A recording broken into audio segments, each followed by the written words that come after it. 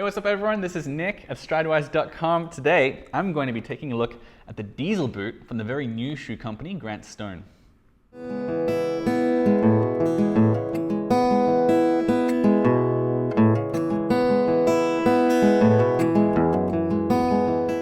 So in an industry where a lot of the larger companies are well over 100 years old, Grant Stone is definitely one of the newcomers in the industry. It was co-founded by Wyatt Gilmore in 2016. Gilmore actually spent most of his 20s racing motocross bikes across the United States. And then he went to D.W. Frommer's bootmaking school. It's a super famous bootmaking school. And then he went on to found Grant Stone. So they mostly sell brogues and boots, and the diesel is definitely their most famous offering. It comes from leather that comes from the United States, then it's tanned in Italy, then everything is assembled at their factory in Xiamen in southern China. Then it goes to their warehouse in Michigan, where it's inspected and then dispatched out to you. So yeah, this shoe has already seen quite a few miles before I put it on my feet. So Grant Stone says they called this boot the diesel because, in their own words, while it's not that flashy, it does nonetheless have a connotation of strength and longevity, which is something I think I'd probably agree with. The leather is pretty hard wearing. It's not as pretty as something like Chromexcel leather, which has a real depth of color, but Chromexcel also scratches more easily than this leather, which again is pretty hard wearing. It's relatively thick as well. It's not too thick, it's not too thin. It's about 2 millimeters thick, which I think is the really ideal thickness. I do need to point out that I have been wearing these boots for quite a while. Before I wanted to review them, I really wanted to put them through the paces. So that's why it is relatively creased up and it looks pretty worn in. When you get them, they're gonna be a bit smoother, but I did find that the leather wore in relatively quickly. Now, the boot is frequently compared with the Higgins Mill from Allen Edmonds, and I can see why. The Higgins Mill is made from Chromexcel leather, which is different, of course, but aesthetically, they've got a lot in common. They've got this very plain, service boot sort of look. There's a very plain toe. There's no extra weird stitching or anything like that. They've got this nice leather lining on the inside, and they've got a nice rubber sole as well. Plus, they both have a 360-degree Goodyear welt, although this shoe actually has a storm welt, which is a little bit different to your traditional Goodyear welt. I'm going to get into that a little bit later. Aesthetically, the main complaint that I hear about these shoes is that the speed hooks here are relatively big and thick and sort of gaudy in some people's opinion. They are necessary if you're going to use these big thick leather laces they get sent, but if you use these cotton laces here, yeah, you do see that the speed hooks do stand out quite a bit. So I guess the main takeaway with this boot is maybe from across the room or when you first look at them, they look relatively formal, but up close when you see the kind of leather here and the speed hooks, yeah, they're not all that dressy. Now, the diesel boot has been available in Chromexcel in the past. That's been discontinued. This one right now, this is the Castagno Veg Tan. It is a slightly waxy but not too rigid leather that comes from Wisconsin, but the vegetable tanning takes place at Badalassi Tannery, which is a boutique tannery located between Pisa and Florence in Italy. Vegetable tanning is a pretty old world artisanal method of tanning leather. There's evidence of it being used as far back as 6000 BC. And the process uses tannic acids found in tree bark and some other plant species. And this particular leather is tanned in a kind of barrel called a bottali for 30 to 35 days. And while vegetables tanning is more expensive and time consuming than something like chrome tanning, it's more environmentally friendly and a lot of people feel it just makes for a better looking boot. I should also mention that this is full grain leather. So full grain comes from the top layer of the hide of the animal. Generally speaking, it's everyone's favorite leather for durable shoes anyway. It ages well and it molds the shape of your foot pretty well, and it is relatively resistant to the elements. It's pretty durable, it's pretty hard wearing. So yeah, a lot of people like full grain leather. That said, this particular leather, it did wrinkle pretty quickly, I have to say. In fact, the first day that I was wearing these out on the subway, a guy stopped me and said, "Wow, those are really nice looking boots, and they look like they've been through a lot." That was a quote from him, and I'd in fact been wearing them for 2 hours. And I gotta say, they do look pretty worn in for boots that I haven't had for all that long, to be honest. I've worn these for quite a while, but they look pretty similar to this after just a couple hours of wearing them. So that's something you want to point out. If you like the sort of boots that look like they've had adventures, you'll be happy with these. But yeah, if you want something really dressy, these get a worn-in look pretty quickly. So when it's time to take care of the leather, you don't need to stress too much. As I mentioned, it's a pretty hard wearing leather. You don't need to worry too much. It's not like calf leather or something like that. but they do recommend you use Venetian shoe balm on Grant Stone's website, and they sell it themselves. Venetian shoe balm is technically different to Venetian shoe cream. The exact difference though is kind of hard to work out because a lot of these leather conditioners are like, they're pretty cagey about the ingredients. They don't want to give away their secrets. One thing I do know is that Venetian shoe balm, you can get that in a bunch of different colors. So if you want, you can get it in dark brown. If you want to like try to maybe increase the luster or depth of the color, that's an option that you have with Venetian shoe balm. But there's also neutral colored Venetian shoe balm if you just don't want to change anything too much.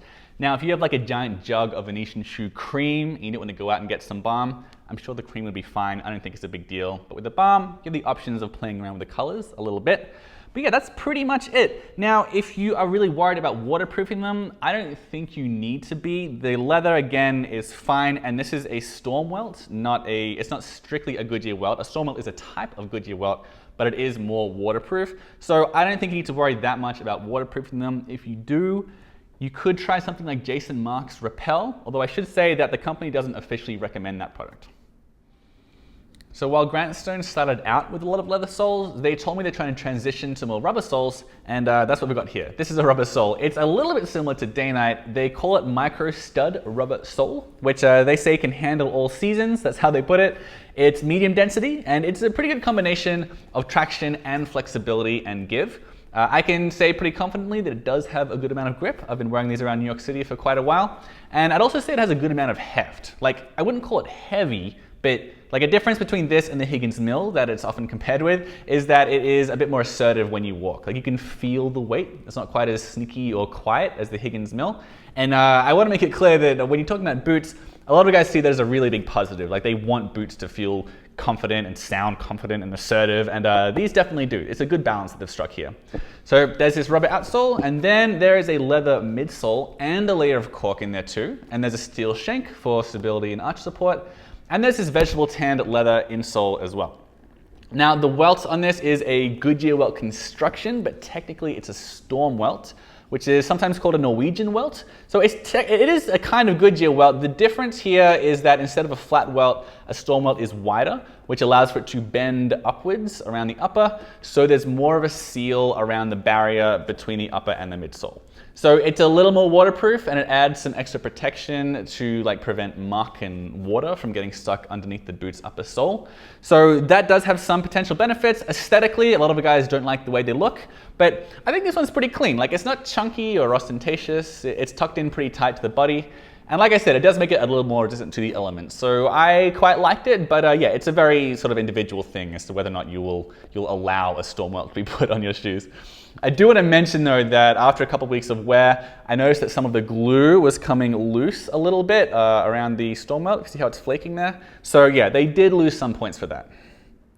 So size-wise, the sizes go from 6.5 to 13. And one cool thing is they have a little chat feature on their website. So I was able to talk to someone and try and figure out what my size was. And I figured out that I am an 11 in this particular boot. So on a branded device, I'm between an 11.5 and a 12. And I found that in most of my boots, like Thursday and Red Wing and Wolverine and almost all the other ones, I'm a size 11. And that is also true of Grant Stone. This is called the Leo Last on the diesel boot. And one bummer about it is that it's only available in the D width. So I happen to be D, which is normal, so it wasn't an issue for me. But if you have particularly wide or narrow feet, you're gonna be out of luck. They did used to have an E width, but it's been discontinued. It might come back, but right now, yeah, it's just available in D width. So that might be a bummer for certain consumers. For me, it was fine, and wearing them in was actually pretty good as well. The leather softened up pretty quickly. There was no heel slip. I didn't get any blisters, which is always a big bonus, especially when leather approaches this level of thickness. Sometimes I do worry that I'm going to get some blisters, but yeah, these were totally fine wearing in. I did find that I have more heel support than arch support because there's a nice soft bit of leather under the heel here, but then it sort of gets a lot harder for the rest of the foot. So it's a little bit softer on the heel than the arch. Nonetheless, yeah, I was pretty happy with the comfort here. And the sole as well is not too heavy. Like, there are a lot of other brands that go really overboard with the weight of their soles. I'm thinking about Viberg, which are incredibly heavy shoes. These are, I would say they're sturdy, but not clunky. It's heavy enough to know you're feeling a boot, but not so heavy that it's inconvenient. So I like the balance that they struck here. Now, as far as the price goes, I mean, the price can always change, of course, depending on when you view this video. Right now is $360 for a pair of these brown boots. That's the same cost for the black ones. There is a lighter colored saddle tan version that is $10 more expensive. Sometimes they sell discontinued boots, which are quite a bit cheaper. But yeah, right now, 360 bucks for these. Now, personally, I'm okay with that price. I mean, while there are plenty of differences between these boots and like the Allen Edmonds Higgins Mill and the Wolverine 1000 Mile, particularly with regard to the appearance of the leather, they do have a lot in common with them, and it's a pretty similar price point as well. So it's not like, I think it's about in line with industry standards as far as pricing goes for this level of quality. It's not quite as much value for money as you're gonna get with like a Thursday boot, but yeah, I think generally speaking, I'm okay with the cost here. Now, I should point out though that unlike those other boots I mentioned, these are made in China with American leather that gets tanned in Italy. But yeah, they are indeed assembled in China. So a lot of people do feel like the price isn't justified, that if it's going to get made in China, then the price should reflect that. Personally, I just have a bit of a simpler approach. I see a boot, I see the level of quality compared to other boots on the market, and I say, yeah, that feels about right. All right, so what are the upsides? Why should you get a pair of diesel boots? First of all, they were definitely more comfortable than I was expecting them to be. I mean, especially when I see leather this thick, I'm sort of expecting it to be pretty tough. I was expecting some blisters, I didn't, which is definitely a big bonus. The leather softened up pretty quickly. Plus there's this extra soft leather underneath the heel, which I liked. The arch support is pretty decent. It's not the most comfortable boots that I've ever had in my entire life, but for the price and for the materials, I was pretty happy with the comfort. I didn't mind it at all. Then there is this welt, the Storm welt. Pretty unusual. A lot of people don't like the way it looks, but there's definitely a lot of advantages to the Storm welt, namely that it does appear to be more water resistant and more resistant to dust and grime and things like that. So you may see that as a pro, as long as you don't mind the appearance of it. Then there's the rest of the sole. There's really a lot going on in the sole in this boot. Like I said, there's the cork midsole and the leather midsole, plus there's the steel shank, the rubber outsole, the leather insole, and everything else. That's more than you would normally get in a boot, and normally when there's that much going on in the sole, you wind up with a pretty heavy boot. That wasn't the case here. This is definitely lighter than Viberg's. It's lighter than a Red Wing Iron Ranger as well, but it feels like more assertive than an Allen Edmonds Higgins Mill. So as far as the weight goes with relation to the sole, I thought they struck like a pretty nice balance there. I was a fan of that. Then finally there's the price. It's not the cheapest boot in the world. It's not the best value for money in the world. But the price is about in line with, like I said, with Wolverine and Red Wing and things like that, and I think it deserves to be priced similarly to those boots. The quality and the price, they fit. I wasn't upset about the price. Okay, so there are a few things that you might not be quite so crazy about when it comes to the diesel boot. Number one, there are no other widths. It is just available in the D width, which is fine for me, but if you have unusually wide or narrow feet, that will be a bummer for you. That does reduce the customer base, definitely. Aesthetically, there are just a couple of things that some people take issue with. Number one is the speed hooks. They think they're a bit too big, even though they are kind of necessary if you're going to use these leather laces. And then the second thing that people complain about is the Storm welt. Now, the Storm welt does have plenty of advantages, but yeah, there definitely are some people who just don't like the look of it. That's obviously an individual thing. I can't say if that's objectively good or bad, but it is worth pointing out. And then there is the somewhat controversial fact that these boots are made in China. Now, it is American leather, it is tanned in Italy, but they are assembled in Xiamen, China. Now, I've been to Xiamen. It's actually a very nice city. I don't have any complaints about that. But for a lot of folks, 360 bucks for boots that do wind up in China during the production process, they will often find that like a deal breaker, like they should be cheaper to reflect that. That's fair, you know, you might have that opinion, that's totally fine. And then I also just want to talk about this leather. Now, it is pretty thick, which is a good thing. It doesn't scratch as easily as Chromexcel, which is a good thing. But as I mentioned, it does age pretty quickly. They look old pretty fast. So when you first get the boots, from a distance, they kind of look like they might potentially maybe work in slightly more formal situations. After a week or two, in my opinion, it becomes pretty apparent that they won't. So don't get these boots thinking they are super versatile and able to work with a suit. But outside of a suit, I think it looked fine. All right, so those are my thoughts on the diesel boot from Grant Stone. The full review is in the description below, and make sure to subscribe. I have lots and lots of boot reviews coming up.